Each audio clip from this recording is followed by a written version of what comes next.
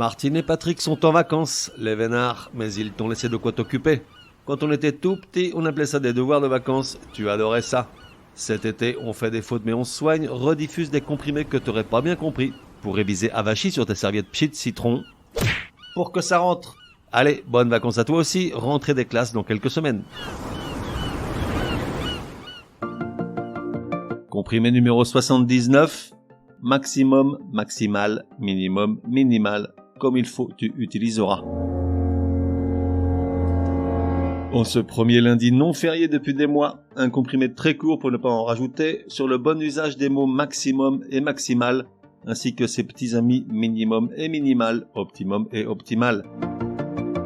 D'un côté, on a donc les mots maximum, minimum et optimum. Tous les trois sont des noms qui sont aussi employés comme des adjectifs. De l'autre, on a la déclinaison maximale, minimale et optimale. Tous les trois sont des adjectifs à ne pas confondre avec les mots maxima, minima et optima, qui eux sont les pluriels latins des mots maximum, minimum et optimum, mais qui restent moins usités en tant que nom. Si l'on accepte par exemple minima, qu'on entend fréquemment dans l'expression les minima sociaux, ou en sport par exemple, l'athlète a réussi les minima fixés par sa fédération pour participer au JO. Bref, revenons-en à nos moutons. Si maximum est à la fois nom et adjectif, quand utilise-t-on l'adjectif maximal ? En réalité, bien plus fréquemment que maximum.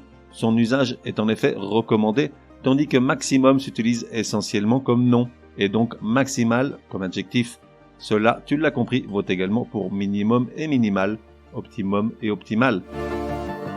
Quant à la règle de l'accord de tout ce petit monde, maximum ne s'accorde qu'en nombre, avec un S au pluriel, ou éventuellement dans sa forme latine maxima, tandis que maximal s'accorde en genre et en nombre, soit les terminaisons AL, ALE, AUX et ALES, et rebelote donc pour minimum et optimum, minimal et optimal.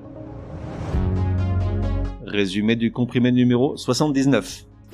Pour que ça rentre, comment utiliser les mots maximum, minimum et optimum d'un côté, maximal, minimal et optimal de l'autre.